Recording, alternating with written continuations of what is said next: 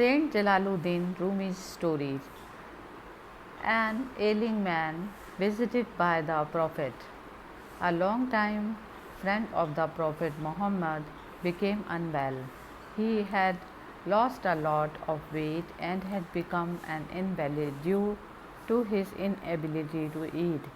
The Prophet went to pay his old acquaintance a visit after hearing about his sorry plight.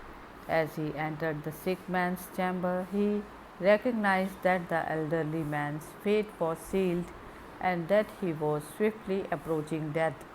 As a result, he paid close attention to his friend and sought to comfort him with pleasant words. The old guy was overjoyed and grateful to find the Prophet seated alongside him, as if he had been given a second chance at life. He mumbled feebly, "My ailment has brought me this incredible money. It's the Prophet himself who has come to see me. What a wonderful start to the day! I am so grateful for all my aches and pains, since they have helped bring the Prophet to my side. In my old age, God has granted me my wish. He has caused me such a bad headache that I can't sleep at night because of it. But this is not a torture. In fact, it's my prize. Before I died, my prayers were answered. When the Prophet heard the old man pleading for agony, he was perplexed. Old friend, based on your remarks, I believe you have really been praying incorrectly. You might well have thought you were begging God for pleasant favors, but your erroneous utterances have brought you a great deal of misfortune. You seem to be begging for poisoned meals rather than wishing for a long, healthy life.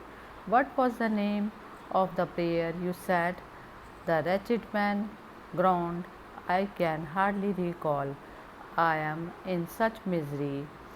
But wait, he replied feebly, being in your presence is beginning to clear my head a bit.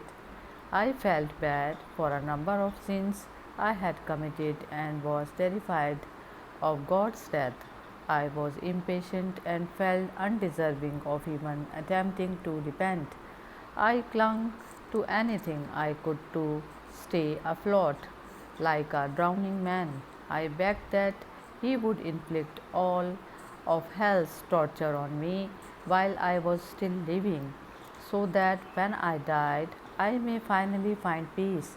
I am in so much pain and suffering right now that I cannot recall any of my prayers, much less even what my sins were. Your thoughtful visit meant a lot to me, and your reassuring words brought me a lot of delight. From the bottom of my heart, I thank you. Be alert and never repeat such a prayer. The Prophet said, his face filled with sadness. Why do you want to sever your own roots with your bare hands? You are nothing more than a tiny, helpless ant crawling around in the grand schemes of things. Why would you encourage a mountain's weight to crush your back? The Prophet retorted, I apologize, wonderful Prophet.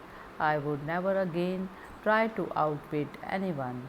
Ask God for a life that is easier to bear, not one that is more severe than you can bear.